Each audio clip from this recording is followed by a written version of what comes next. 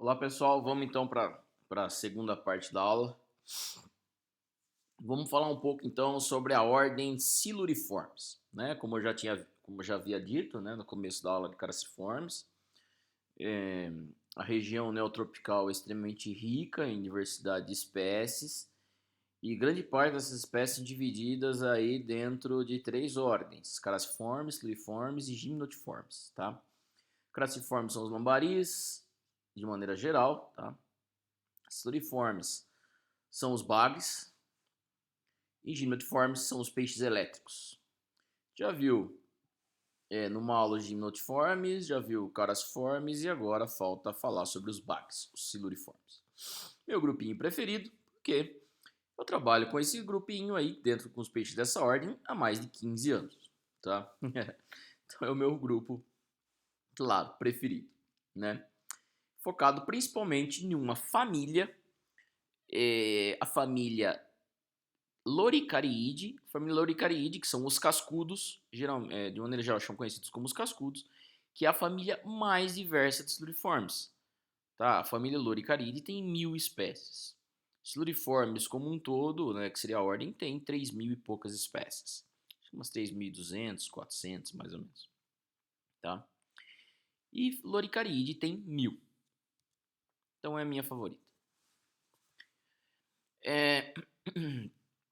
Siluriformes está nessa posição aqui, relacionada a gimnotiformes, crassiformes. A relação entre esses grupos ainda é um pouco confusa, mas está dentro do grupo que a gente conhece como Ostariophysi, que inclui as ordens Gullenformes, Cipriniformes, Crassiformes, Gimnotiformes, Siluriformes.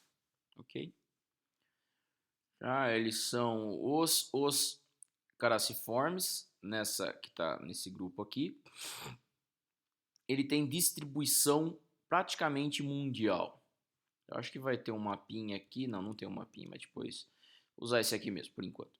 Então é um grupo distribuído aí pela América do Sul, Central, grande parte da América do Norte, África.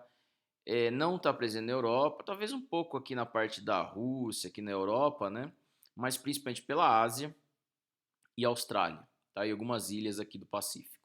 E ele também tem uma família Ariide, que é um grupo marinho. Então ele ocorre nas costas aqui do Atlântico, Pacífico e aqui é o Índico, né? Índico, tá?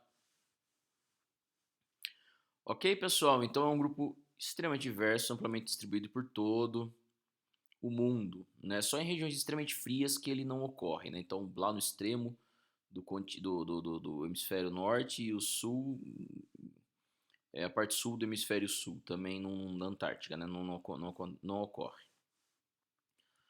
Ok, então o Siluriformes engloba aproximadamente 43% de toda a diversidade de peixes neotropicais.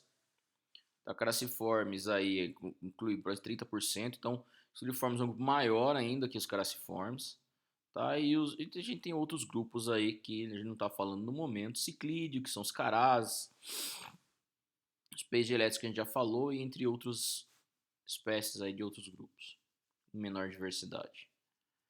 Né? Então, como a gente já viu, a relação dos Siluriformes com os Carassiformes ainda é muito duvidosa. Alguns grupos colocam Carassiformes Siluriformes irmão de Gymnotiformes, outros dentro de Carassiformes. Essa relação ainda é um pouco confusa. Tinha outro mapinha aqui, então essa é a distribuição mundial, principalmente nas regiões mais quentes, tá? Não ocorre em regiões desérticas e muito frias, como o extremo norte da América do Norte, extremo sul da América do Sul. Ok? É um grupo que surgiu, um grupo bem antigo de peixes, surge aí na Pangeia, tá? Quando todos os continentes estavam unidos num grande supercontinente que a gente chamava de Pangeia. Há cento e poucos milhões de anos atrás, ok? Antes, né? Na verdade, os continentes começaram a se separar há 110 milhões de anos atrás, aproximadamente. A Pangeia tem 150 ou mais, ok? Quais são as características que definem os siluriformes? Ou também, quais as características que definem os bagres? Popularmente, eles são conhecidos como os bagres. Cascudo é mais específico do grupo dos loricarídeos, né, que são os cascudos mesmos, né? Ou também são os conhecidos peixes de couro, mas nem todos têm couro, alguns têm placas ósseas. Característica geral, eles são peixes que têm barbilhões, um par maxilar e dois pares mentonianos, ok? São grupos que têm corpo achatado, mas não é exclusivo de todos, né? Olhos reduzidos, corpo nu ou com placas ósseas. Então hoje tem um couro, uma pele sobre o corpo ou placas ósseas, como esse Calictide aqui, ou esse cascudo que tem osso sobre o corpo. Agora, esse Tricomicteridae aqui tem, que é um dos grupos, né? Ele tem, ele é coberto por couro, ok? Ele é extremamente diverso em termos de hábitats, ocupa todos os hábitats de água doce praticamente conhecidos, né? Eles têm desde corredeiras até águas mais paradas, alguns vivem enterrados na areia, outros associados a um tipo de vegetação específica, né? Pra vocês terem uma ideia, há algumas espécies que comem madeira. O que eles comem? Madeira, comem madeira mesmo, tá? Eles se alimentam de madeira. Eles raspam o tronco das árvores e comem madeira, tá? Eles ocorrem em grandes altitudes, como os Astroblepide ali dos Andes, então há uma espécie adaptada para sobreviver a mais de 3.000 metros de altitude. Algumas espécies do grupo que a gente chama de Astroblepide, esse carinha aqui, ó, tá? Eu especificamente estou estudando esse grupo, tentando entender o que levou à diversificação das espécies de Astroblepide e como ele conseguiu colonizar um hábitat de altitude em que só ele ocorre em termos de fauna de peixe, tá? Em termos de ictiofauna lá. E não se não encontra mais nenhuma espécie. Então o que levou esses bichos a colonizarem esses hábitats de altitude? E algumas espécies também vivem com uma quantidade praticamente na hipóxia, né? Ou seja, sem oxigênio nenhum. Aqui estão as famílias. Todas essas aqui são famílias de bagres, né? Sudoriformes. O que está representado em vermelho são os bichos da América do Sul. Não, desculpa pessoal, é da região neotropical. Quando eu falo neotropical, inclui metade da América do Norte até o sul da América do Sul. Mas a gente fala basicamente América do Sul porque todas essas famílias estão na América do Sul também, tá? A gente vai falar basicamente então dessas famílias aqui que estão pintadas em vermelho, né? Essa família aqui, ó, inclui 30% de toda a diversidade, que são os cascudos. 30% da diversidade toda dos bagres, dos siluriformes. Ok? As outras são diversas, mas não chega perto de Loricaride. Bom, aqui é um trabalho publicado em 2017 da Arcila, que fala das relações das principais famílias aí de siluriformes, né? Vamos focar aí dentro de um grupo. A gente tem a superfamília Loricarioide, a superfamília Loricarioide, onde está? Loricarioide, Loricarioide tá aqui, ó. Tá, eu trabalho aqui, ó. Aqui. Tá, eu trabalho com Loricarioide, tá? Então, meu primeiro pós-doc foi com esse clado aqui, que é extremamente diverso, quase da metade da diversidade de todos os siluriformes. Ok? A gente tem aí Loricarioide, a gente tem Nematogenide, Loricaride, Calictide, Escoloplacide, Tricomicteride e Astroblepide, tá? São as famílias que fazem parte aí dessa superfamília ou subordem, depende aí do autor. Tá? E são os cascudos, por exemplo, que é um dos membros desse grupo, apresentam o que a gente chama de odontódios. O que são odontódios? São dentes pelo corpo. Exatamente isso que vocês estão pensando. Dentes pelo corpo. Ele é constituído de dentina, tem a mesma constituição do dente, tá? E é totalmente distribuído pelo corpo dos animais, tá? Então quando você pega um cascudo e você vê que você aperta, ele espeta seu dedo, às vezes pode até cortar o seu dedo, é porque o corpo dele é totalmente coberto por essa estrutura que a gente chama odontódios, e isso é dentes sobre o corpo. É uma estrutura que tem a mesma constituição do dente, ok? Serve para quê? Vários objetivos: proteção, tá? Do bicho, né? O bicho o bicho é um osso, praticamente. Comer um cascudo, se eu fosse um outro peixe, tentar dar uma mordida num cascudo é a pior coisa que tem.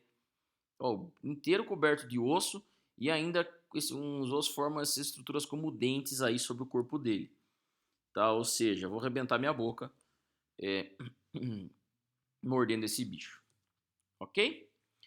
Nós temos aí também um outro grupo chamado Nematogenide. Nematogenide é uma família pouco diversa, tem apenas uma espécie. Diversidade muito pequena, tá? Uma única espécie, Nematogenes inermis, tá? É um bicho do Chile, ele chega a um tamanho até razoável, quanto razoável, uns 30 centímetros aí de comprimento, um bicho grande. Tá? Ele tem várias características que definem ele, a gente não vai entrar nesse detalhe, né, de detalhes de características que definem famílias, essas coisas, ok? Tricomicteride, muito conhecido na região aqui, normalmente o pessoal usa de isca para pescar outros peixes. Por isso que não tem interesse comercial nenhum, né? É um bicho que vive no meio das pedrinhas, no fundo de rio, rios rasos. Aqui em Botucatu tem um monte de tricomictos aqui no riozinho. Dentro de Rubião ali tem o Tricomictus diablos, que a gente chama, porque ele tem uma manchinha aqui no rabo, meio avermelhada. Ele foi batizado Tricomictus diablos. Tá, o interessante desse bicho é que ele tem os odontódios nessa região aqui da boca, bem no osso opercular. E ele, com o movimento ondulatório do corpo e esses odontódios, ele se gruda no sedimento. Ele consegue subir pequenas cachoeiras, transpor pequenas barreiras aí dentro do rio, utilizando essa forma de locomoção, grudando esses odontódios aqui perto da região do opérculo. Ok? Que essa é uma característica muito interessante dessa família Tricomicteridae. Praticamente, não sei se todos, mas muitos têm nessa característica aqui, ó. Tá vendo os odontódios aqui? Ele gruda no substrato e consegue aqui o osso dessecado, né? É aqui, ó, o mais odontódios, na região opercular, ínfo orbital, cheio de odontódios. Aqui o opérculo, o ínfo orbital. E esses odontódios servem para aderência ali ao substrato e consegue transpor barreiras grudando com esses odontódios, né? Eu tenho trabalhado com esse grupo, já publiquei um trabalho, publiquei 2 trabalhos, né, com esse grupo aí, né, com essa família, com a filologia da família mesmo. A gente publicou 2 trabalhos com filologia da família, em colaboração com uma colombiana, ela é chamada Luz Ochoa. Eu orientei ela no doutorado dela, né, fui orientador dela. E em 2017 a gente publicou esse trabalho, agora em 2020 a gente publicou um outro trabalho com uma análise maior, mais ampla aí da família Tricomicteridae. Ok? Inclui aí, só por curiosidade, os Vandelini, né? A Vandélia, não sei quem já ouviu falar. É tão ruim quanto vocês estão pensando? É bem ruim, tá, pessoal? Esse bicho, enquanto você está lá na Amazônia, fazendo xixizinho gostoso dentro da água, depois naquele calor, tomado um monte de cerveja, você está fazendo xixi na água, ele consegue reconhecer os compostos nitrogenados que você está excretando ali, né? Ele detecta isso por alguns sensores químicos que ele tem na cabeça, receptores químicos, e entra dentro da sua uretra, achando que está entrando no opérculo de um peixe, tá? Porque eles são hematófagos, eles se alimentam de sangue. Sim, pessoal, esse bicho é bizarro. Ó, então ele entra aqui no opérculo dos peixes, mordem os principais vasos aqui que irrigam as brânquias do peixe e se enche de sangue. A barriga dele enche de sangue. Quando você está fazendo o seu xixizinho na Amazônia, ele acha que a sua uretra é o opérculo do peixe e ele entra lá. Só que ele tem um pequeno problema. Ele tem um monte de odontódios aqui em direção contrária ao movimento, para você puxar de volta da sua uretra, né? Tanto em homens como em mulheres já aconteceu isso, tá, pessoal? E tem muitos casos que eu não vou mostrar fotos aqui, porque eu não... Meu objetivo não é uma aula de medicina, já dá para vocês imaginar o quanto isso deve doer. Você tem que cortar, abrir a uretra, no caso o pênis do homem, ou fazer uma cirurgia na mulher ali também, dentro da uretra dela, para arrancar esses bichos, se ele entrar dentro da sua uretra, tá? Porque ele acha que está entrando num opérculo de um peixe para se alimentar de sangue. Deve ser horrível, existe uma infinidade de casos no qual esse bicho, com acidentes com esse bicho aí. Ok, esse daqui não. Então esse grupo ele é bem diverso. Na maioria desses bichos aqui, que existem na região sul e sudeste, não tem problema nenhum, não tem Vandeline aqui. É só um grupinho ali, um gênero na verdade, são as Vandélias, que entra na uretra. Os Tricomicterides de uma maneira geral, os Tricomictros, Ituglanes, outros gêneros aqui são bem simpáticos. Não tem interesse comercial nenhum, mas são bem simpáticos, tá? Eles vivem ali no fundo, não adianta colocar no aquário porque ele morre fácil. Ele gosta de água muito oxigenada, a não ser que você consiga imitar o ambiente dele com uma quantidade enorme de oxigênio na água, você não vai conseguir manter esse bicho aqui no aquário, ok? Tricomicteria. Agora, Calictide é um grupo muito interessante também oriento uma aluna que está trabalhando com isso, filogenia de Calictide. Ela não concluiu o trabalho dela ainda, mas são esses peixinhos muito simpáticos. Esse é muito comum em aquário, se você for ali em qualquer loja de aquário, você vai encontrar esses bichos aqui. Ele é amplamente distribuído por toda a América do Sul.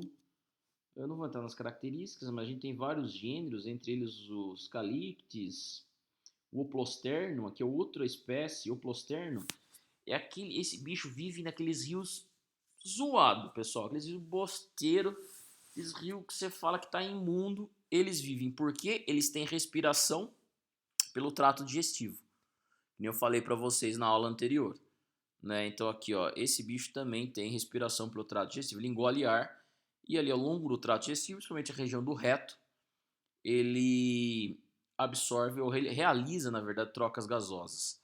Ele absorve oxigênio e elimina gás carbônico. Tá? Então isso permite com que ele viva em ambientes extremamente tóxicos, porque normalmente esses rios poluídos, a concentração de oxigênio na água é muito baixa. Você já chega a hipóxia, né? Praticamente zero oxigênio na água. E esses bichos conseguem sobreviver ali porque eles têm respirações acessórias. Ok? O que é muito famoso em aquarismo são os coridoras, o broques e o aspidoras. Tá? E esses aqui são bichos que vivem, conseguem sobreviver, os calictes e o oplosterno em águas extremamente podres. Né? Aqui é o calictide. Quem nunca viu esse bichinho aqui é simpático, cheio de placas ósseas pelo corpo, muito amplamente distribuído principalmente o oplosterno por todos os rios costeiros aí da América do Sul. Olha os coridoras aqui. Esses bichos são muito simpáticos, pessoal. Coridoras. O coridoras tem um narizinho mais curto, o aspidoras um narizinho um pouquinho mais longo. Tá? É uma das principais características para definir os dois gêneros. Eles são lindos, né? Olha a diversidade de cores, formatos, tem uns bem vermelhos. Esse daqui é muito comum aqui na região. Quem for ali no Araquá pode pegar esse bichinho, coloca no aquário. A destruir a população não vai não, pessoal. Tem milhares desse bicho aqui. Ele é quase uma praga aqui na região do Araquá, tá? Eu já fui pescar ele lá numa peneirada, peguei mais de 100. Juro pra vocês, peguei mais de 100 numa única peneirada. Claro que não é depende da época que você vai pegar.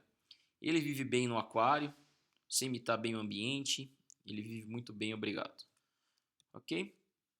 Olha, aqui tem uns bichos muito lindos. Esses bichos são caros. Tem um grande interesse comercial para muitas dessas espécies. Muitas vezes você paga aí um bicho que é amazônico, mais colorido, com manchas vermelhas, pretas, até amarelas, 50, 60 reais um único bichinho desse aqui. Esse aqui é o do Araguaia. Esse aparentemente não é tão bonito, mas olha que você coloca no aquário, ele é branco com preto. Ele fica lindo em meia vegetação. Tá? O meta também é muito legal. Ok? Tento aqui só para vocês verem toda a diversidade de cores de Calictide. O Cláudio, né, Oliveira, quem conhece o professor Cláudio Oliveira, publicou um trabalho, o trabalho da Nature dele, ele tem um trabalho publicado na Nature, foi com esse grego aqui, exatamente com coridoras, tá? Falando de mimetismo mulleriano. Tá? Existem duas formas de mimetismo, uma delas é o mulleriano, eu não vou entrar nesses detalhes porque eu não trabalho com... Porque a aula aqui não é de evolução, nem de mimetismo, mas o Cláudio tem um trabalho na Nature, só para vocês saberem, com esse grupo. Né, aqui, ó. Tá falando, bom, Outro grupo, Escoloplacide. Escoloplacide é um grupo, é um bicho muito legal, Escoloplax, tá? Que é o gênero que faz parte dessa família. É pouco diverso e o legal dele é o tamanho. Esse bicho tem meio centímetro de comprimento. O máximo que ele chega é 2, mas em média tem meio centímetro ou alguns milímetros de comprimento. É um bicho muito pequeno, tá? E ele é irmão de outros grupos que têm um tamanho muito grande. Então o que aconteceu com esse bicho, né? E ele tem odontóides na ponta do focinho voltados para trás. Olha que legal, ele tem uma placa de odontóides na região dorsal do focinho. Tá? Então esse bicho, para coletar esse bicho é um inferno. Por quê? Porque ele é muito pequeno. Tem que separar ele de grãos de areia. Então a gente fica literalmente, e ele vive no meio da areia, do fundo do rio. Então a gente literalmente tem que peneirar a areia do fundo do rio para coletar esse bicho. Tá? Então é muito difícil de coletar. A gente pega a peneira, provavelmente tenta em rios rasos, né? Ele pode viver até em rios maiores, que não daria pé pra gente, mas você tem que entrar num rio rasinho ali, ficar peneirando a areia e tentar separar o que é peixe e o que é grão de areia, de tão pequeno que ele é. Tá? Ele é distribuído por vários rios aqui que drenam para a Amazônia. E ele também ocorre aqui no Alto Paraná. Tá? Tem uma espécie que ocorre aqui no Alto Paraná. Astroblepide, esse é um grupo interessante, eu tenho muito carinho por esse grupo, mas a gente não tem aqui na nossa região. O Astroblepide ele ocorre nas regiões altas dos Andes. Ele só tem um gênero chamado o Astrobleps, que dá nome, né, à própria família. E ele ocorre em regiões de mais de 3 mil metros de altitude. Como eu já disse, eu estou tentando fazer um trabalho sobre para entender por que esse bicho colonizou altas altitudes. Ok? Eu tenho carinho porque ele é igual a um cascudo, só que não tem placas ósseas. É um cascudo sem placas ósseas. Tem cara de cascudo, boca arredondada que nem os cascudos, dente parecido, mas não tem placa óssea pelo corpo. Tá? É couro, né? É pele. E o meu favorito grupo, Loricariide. Os cascudos. Um grupo extremamente diverso. Hoje já temos mais de 1.000 espécies. A gente escreve espécies desse grupo a todo tempo, né? Porque tem muita espécie nova. Você vai para a Amazônia, você vai deparar com milhares de espécies novas. Eu mesmo descrevi uma espécie. Para vocês terem uma ideia quantas espécies novas existem nesse grupo, eu mesmo descrevi uma espécie nova de botucatu e dei o nome dela de Neoplecóstomos botucatu. Tá? Achei aqui no véu de noiva. Infelizmente deve estar extinta essas horas, porque estão refazendo uma captação de água ali enorme, né? Aquela represa que vocês me falaram que estão fazendo aqui em Botucatu. Vou arrebentar aí com o meu bichinho que eu descrevi. Tá, mas isso vem ao caso, outra discussão. Em 2019 eu publiquei uma filogenia grande da família, né, de todos os principais grupos aí da família Loricariide. Aqui para vocês terem uma ideia, um cascudo preto, o Rhineleps, que ocorre aqui no Alto Paraná. Então, se vocês forem no Rio Tietê pegar um cascudão bonito, preto, de fundo de rio, é o Rhineleps. A carne dele é muito boa, o problema é comer bicho do Tietê, né? Mas a carne dele é muito gostosa. É bem branquinha, apesar de ele ter essa coloração bem escura. Tá? Você tira a cabeça dele, o pessoal come muito na parte do Rio Tietê e do Paraná, né? Retira essa parte da cabeça aqui dele. Todo o resto do corpo é carne branquinha. E os cascudos não tem tanto espinho quanto os crassiformes. Os crassiformes têm um monte de espinho, os cascudos não. Então, é bem gostoso. Loricariine é uma subfamília aí, que são os cascudos achatados. Não sei se já ouviram falar desses cascudos. São os cascudos chinelo, a gente chama. Né? Ele tem uma placa só aqui no pedúnculo caudal. Ele é extremamente achatado. Ele é distribuído, ele tem essa distribuição aqui. Só essa subfamília, tá? É amplamente distribuído pela América do Sul até a América Central. Ele tem uma variação enorme com relação aos dentes e os barbilhões aqui do lábio, tanto o lábio inferior quanto o lábio superior. Muito da classificação dele, esse grupo é pelos dentes e pelos barbilhões aí. Esse aqui é muito bonito, né? Esse aqui é a filogenia que eu descrevi em 2019, mostrando a relação entre as espécies desse grupo. E olha que bicho lindo, né, pessoal? Bicudo, com esses odontódios aqui formando essa barba para eles. Eu não lembro qual é o gênero. Né? Esse aqui não é um gênero aqui da nossa região. Também é extremamente importante no aquarismo. Na verdade, os cascudos, de uma maneira geral, dentro do aquarismo, têm grande interesse econômico. Eles são muito caros. Um cascudinho ali da Amazônia, dependendo do grupo que você quiser comprar, custa coisa de 60 até 100, até R$ 200 um único cascudinho, tá? Alguns eles imitam galhos, então a gente tem algumas, as farloela aí, elas, os esturiçoma, né? Isso aqui é uma farloela, ela imita os galhos e eles vivem associados à vegetação, então eles têm essa camuflagem, né, de coloração de galhos. Algumas espécies vivem em calha de Rio Grande, a loricária é um exemplo, né?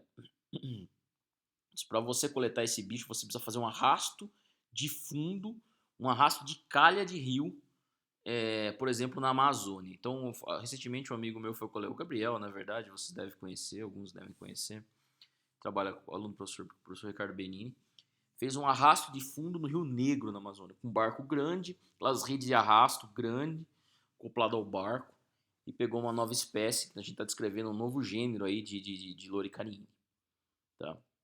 Então o bicho vive na calha, na areia de rios gigantescos, rios caudalosos, da calha do Rio Amazonas, na calha do Rio Negro, na calha do Rio Tapajós, Araguaia e entre outros.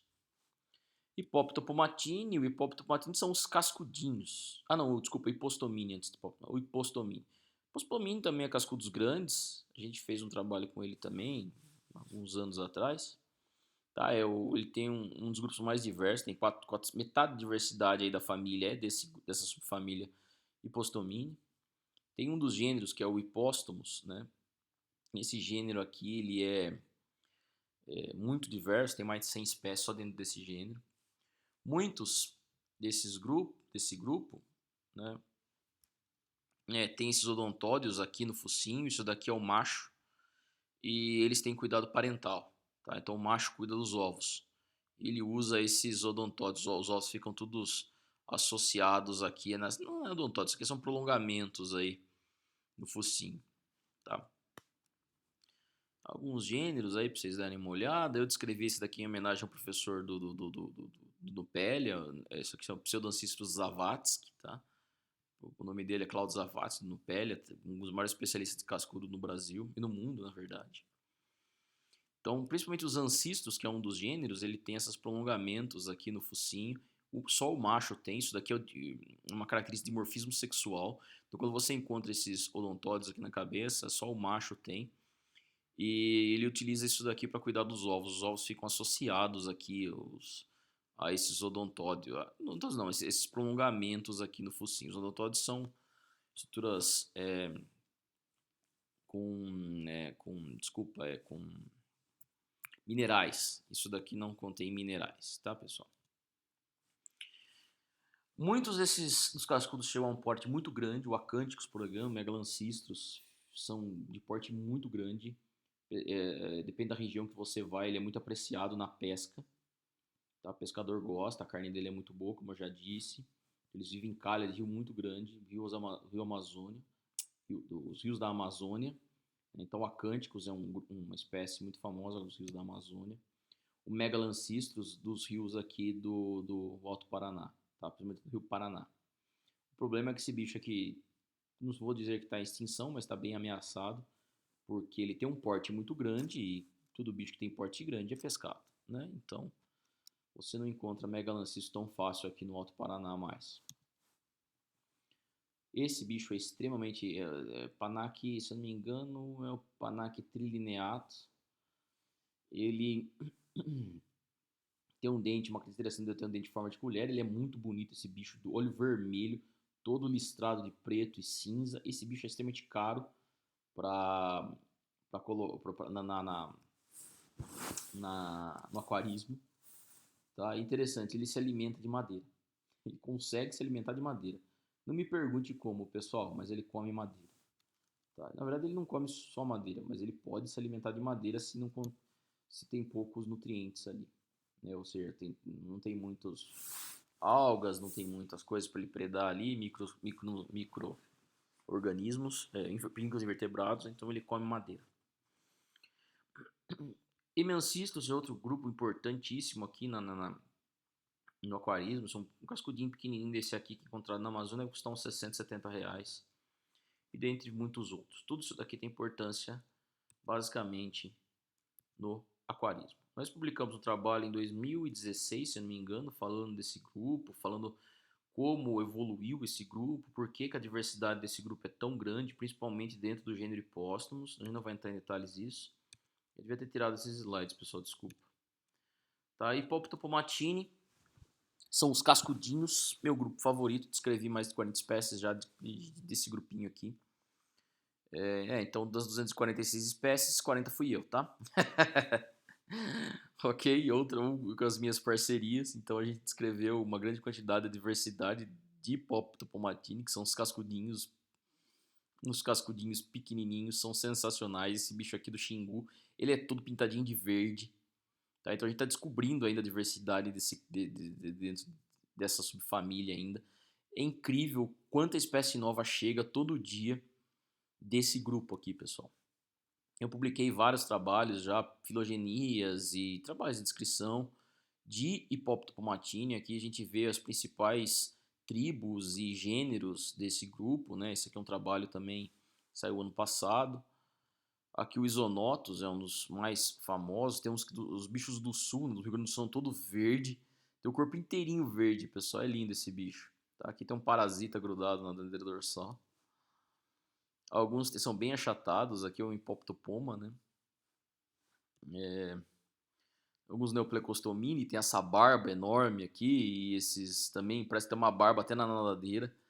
Estão pseudodontóides, né? Eu publiquei também um trabalho recentemente falando sobre esse grupo, falando sobre a diversidade, que os bichos aqui, é um trabalho que eu falo que os bichos de calha, de rio, tiveram uma taxa alta de especiação. Então, ó, por exemplo, o de preto aqui é o bicho que ocorre na calha do rio. Em azul, quanto mais azul aqui, maior tamanho. Então, os bichos que colonizaram as calhas dos rios tiveram uma taxa de especiação mais alta e isso aí está associado também ao aumento do tamanho do corpo do bicho. Precisa viver em calha de rio, precisa ter um corpo mais robusto, né? Uma natação mais eficiente e tudo mais. Porque peixes, os vermelhos aqui são tamanhos pequenos e azul, verde, aqui são peixes associados basicamente à vegetação marginal. Tem umas outras características aqui, mas bom, pessoal, Diplomystide é um grupo interessante, basal, dentro dos sudoriformes, é um grupo que está presente aí nos Andes, no Chile, tá? A discussão ainda sobre a posição filogenética de Diplomystide é muito discutida. Alguns falam que foi um primeiro clado a divergir dentro dos sudoriformes, outros falam que ele não é os primeiros clados, ele é irmão de Siluroide aqui. Siluroide é outro grande clado, você vê Loricarioide, Siluroide, Diplomistoide. Diplomistoide tem muito pouca espécie, Siluroide tem um monte de espécie.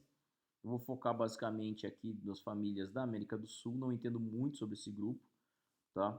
Mas ele é bem diverso, tem alguns trabalhos com alguns clados aí dentro, ok? Cetopside, que é o Candiruaçu, esse bicho parece uma baleinha pequenininha aqui, ele é muito legal, tá? Tem essa carinha de baleia, né? Ocorre por vários rios aí da América do Sul, não tem muito conhecimento sobre esse clado. Aspredinide, tem um pesquisador do Rio Grande do Sul que é especialista nele, que são os banjos, né? É parecido com um banjo mesmo, um instrumento musical. Banjo catfishes, né? É o nome popular dele. Ele não tem uma diversidade muito grande, 45 espécies, a maioria tem um tamanho pequeno, são raros que chegam a 38 centímetros de comprimento. Então não tem nenhum interesse comercial, também não é muito popular no aquarismo. Tá? Mas o Carvalho, um amigo meu, que morei com ele um tempo nos Estados Unidos, um grande amigo meu, hoje ele é professor da Valeriana lá na Colômbia. Tá? Tem vários trabalhos aí com esse banjo catfish, ele é um dos grandes especialistas nesse grupo aí de siluriformes, né, que tem um trabalho de filogenia com relação desse grupo, né, então um grupo extremamente diverso, com esse formato de banjo. São peixes que vivem associados ao fundo de rios e pequenos rios e rios um pouco maiores. Tá? Você vê que eles são bichos achatados, normalmente vivem associados à vegetação de fundo. Vegetação de fundo não, seria areia e madeira e pedras no fundo de rios. Okay? Alquinopteride, tem uma aluna também do professor Roberto Reis, né, outro, que é o grupo que eu falei do Rio Grande do Sul, lá de Porto Alegre. Ela trabalha com alquinopteride, está concluindo aí a tese de doutorado dela e parte do pós-doc dela com alquinopteride. Ainda não publicou muita coisa, mas tem um trabalho publicado por um grupo. É um dos grandes especialistas hoje aí no Brasil. tá? Tem uma diversidade grande esse grupo aqui. Aí, ó, esses bagres com formato estranho, não é muito apreciado nem para pesca, nem para aquarismo, tá? Não tem valor praticamente comercial nenhum, apenas valor científico. O Doradide é uma outra família aí, com os professores que trabalhou com isso foram os americanos. O Mark Sabage, lá da Filadélfia, ele trabalhou muito com esse grupo. Eu tenho um carinho por esse grupo, porque eu acho um bicho muito legal, muito bonito. Ele tem odontódios na linha lateral. Tá vendo isso daqui, pessoal? Essa é a característica que define os Doradide. Eles têm, aqui também tem uma filogenia, né? Aqui, na verdade, o Arce é um dos membros do laboratório do professor Mark Sabage. Esse bicho tem odontóides na linha lateral. Dá uma olhada, tá vendo, pessoal? Esses odontóides que formam uma serra lateral dos dois lados do corpo. Lado esquerdo e lado direito. Tá? Então, se você pegar esse peixe na mão, apertar ele se mexer, você pode rasgar a sua mão. Eu acho muito legal essas especializações. A cara do bicho é um bicho que vive em calha de Rio Grande. Tá? A Paraíba do Sul tem, Paraná tem, Amazônia tem. Esses bichos, ele é muito interessante. Não é tão fácil de pegar. Também não tem um bicho de interesse comercial, mas ele tem basicamente interesse científico também, tá, pessoal? Mas eu tenho carinho por esse grupo. Pseudomelodide é um grupo que eu trabalho, né? Tem uma filogenia pronta, um trabalho pronto para sair desse grupo, que são os bagre-sapo. Parece um bagre misturado com sapo, uma mistura que não deu muito certo na evolução, né? Meia cara de sapo, meia cara de peixe. Então esses bichinhos aqui também não é um grupo pouco diverso, tem só 51 espécies, tem poucos gêneros, né? Aqui é um trabalho meu e do Gabriel, que é o aluno do professor Ricardo Benini, eu sou o segundo autor desse trabalho aqui. A gente está terminando e está quase pronto para publicar. Pseudomelodide, outro aqui são os... não, desculpa, continua sendo esses bag-sapo aí, Pseudomelodide. Aqui mais cara de Pseudomelodide. Outro Pseudomelodide, mais Pseudomelodide. Tá, depois vem Pimelodide. Pimelodide são os grandes bags. Quando vocês falam grandes bags, zúngaro, jaú, tá? São os Pimelodide, pessoal. Esses, puta, muito apreciado na pesca. Os grandes bags aqui da América do Sul. São grandes migradores. Eu tenho um trabalho com esse grupo, né? Com esse mesmo trabalho aqui, 2011, publicou uma filogenia do Pimelodide, e eu fiz um outro trabalho ligeiramente diferente em 2018, se eu não me engano, aí, com esse grupo, falando de uma bibliografia, na verdade. Eu foquei numa análise biogeográfica desse grupo aí, tá? Os grandes bagres. O pintado, dourado, caixara, não, dourado não, pintado, caixara, fazem parte desse grupo, tá?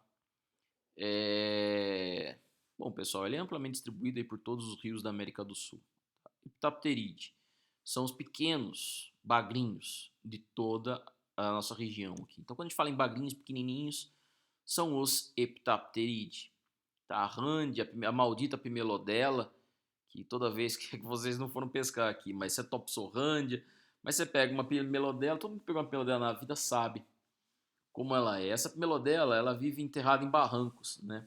Então você bate a peneira ali no barranco, pega ela, se você não quiser, você solta ela, ela vai entrar em tudo que é buraco que ela encontrar, a hora que você soltar ela.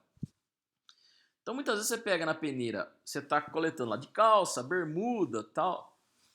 Você tá no rio, calor, calça, bermuda, bate a peneira no barranco, pega um monte de pimelodela, solta, ela entra nos bolsos seu, tudo que é canto do shorts que tem entrado na sua calça. Entra no seu bolso, você vai tirar ela, ela espeta, ela tem...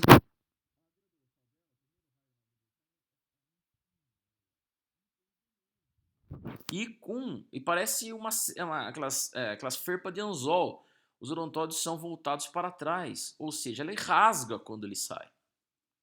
É um bicho, desculpa a palavra, desgraçado. Todo mundo odeia pimelodela. Todo tchau odeia. Só uma aluna do professor Mário de Pina que fez doutorado, revisou tudo, só ela gosta, eu acho. Eu odeio pimelodela. Já tomei tanto espetado de pimelodela, e cada espetado de pimelodela parece uma picada de abelha. Quem é alérgico, cara, você fica uma semana com o dedão inchado lá, com o veneno da pimelodela. Tá? E não é uma picada que você pega quando tem você toma quando você tem pimelodela no rio. São muitas picadas. E quando ela cai na peneira, você vai achando que peixinho bonito, bluf, dá uma pegada com a mão, aperta ela, crava esse espinho no meio da sua mão. Fica com a mão uma semana inchada. Tá bom, a gente também tá trabalhando aí, na verdade, com a família inteira de Heptapteride, né? O Gabriel também. Esse trabalho, na verdade, tá submetido já. Tá em prep, mas tá submetido. Submetemos 2 dias atrás, tá? Essa filogenia aqui, eu também sou segundo autor desse trabalho. Heptapteride. Ok? Tem um monte de gênero. Todos esses bagrinhos de toda a região sudeste, né, aqui do Brasil, são basicamente fazem parte de Heptapteride. Tá? Aqui só para vocês terem uma visão geral, que é uma Handia Kellen. Isso daqui, eu não sei que gênero é esse, mas tem esses bagrinhos aqui de formas diferentes, ok? A diversidade é grande, pessoal. Um dos maiores especialistas na parte morfológica, né, desse grupo é um professor Flávio Bockmann. Ele é professor da USP e trabalha em Ribeirão Preto. Tá? Ele é o grande especialista nas características morfológicas desse grupo. A gente está fazendo uma filogenia molecular. Ele trabalha aí com alguma outra espécie de um ou outro gênero dentro de Heptapteride. Conorhynchus é um grupo também interessante, a gente não sabe exatamente a posição filogenética dele. Eu coletei esse material aqui lá no São Francisco, tá? Isso aqui é o Rio São Francisco, acho que é Pirapora essa cidade aí, eu tirei essa foto. Tá interessante também. Alguns gêneros aí são de caverna, isso é legal, é um gênero de bicho de caverna, aqui ó, os pontos de coleta dele. Phreatobius cisternarum e Phreatobius dracunculus, aqui dessa outra região. Você tem que entrar dentro do poço. Tá, esse bicho aqui, ó, Phreatobid. Ele é um bicho de caverna, não tem olho, ele é completamente vermelho. É um bicho lindo, sensacional, infernal para você coletar. Esse é o único problema, porque ele vive dentro de caverna. Então, para você coletar ele, só quando você tem essas adutoras de água, né? Você faz um buraco no chão, um poço, você atinge o lençol freático, aí começa a sair água e peixe junto. Então, um caso desse daí que a Petrobras começou a fazer, fez uns buracos ali no meio tem umas plantações de banana no meio do norte de Minas Gerais, né? Eu não sei o nome da região, é perto de Jaíba ali, norte de Minas, já fronteira quase com a Bahia. Eu fui coletar 3 vezes lá, pessoal. Lá aconteceu o seguinte, a Petrobras fez uns buracos lá, umas cisternas de água, né, para poder irrigar as plantações de banana da região. A hora que eles fizeram o buraco, começou a sair água e peixe. Tive um peixe, tem um lençol freático enorme ali. E tem uma espécie, um gênero que chama Stingictis, é um gênero de Carassiformes que vive lá no meio daquele lençol freático. É a mesma coisa que os freatóbios, eles vivem em lençóis freáticos subterrâneos, pessoal. Tá? Não me pergunte muito bem o que esses peixes comem, eu acredito que sejam microinvertebrados que também vivem no lençol freático. E ele não tem olho, não tem nada, porque não tem necessidade de ter olho se ele vive completamente num ambiente completamente escuro. Ok? Ariide é um único dos poucos bagres marinhos distribuídos aí pelo mundo inteiro, mas ele é marinho, não é de água doce. Interessante, uma família inteira exclusiva aí do ambiente marinho. Ok? Tem o Cláudio Oliveira trabalha com esse grupo. Eu vou começar a fazer um trabalho com esses grupos. Tá? São equinotários, galeictes, ainda não conheço muito sobre diversidade, mas começando a me inteirar. Catorops aí é um bicho, são bagres marinhos, ok? Aí ó, um bagre marinho, você vai na praia, dá de cara com um bagre desse daí, é um catfish, é um sideriformes de água salgada. Única família de todas as mais de 40 famílias que tem, que é essa de água salgada. Ok, pessoal, é isso que eu tinha que falar para vocês. Bom, a aula de hoje acaba por aqui. Abraço a todos e até a próxima.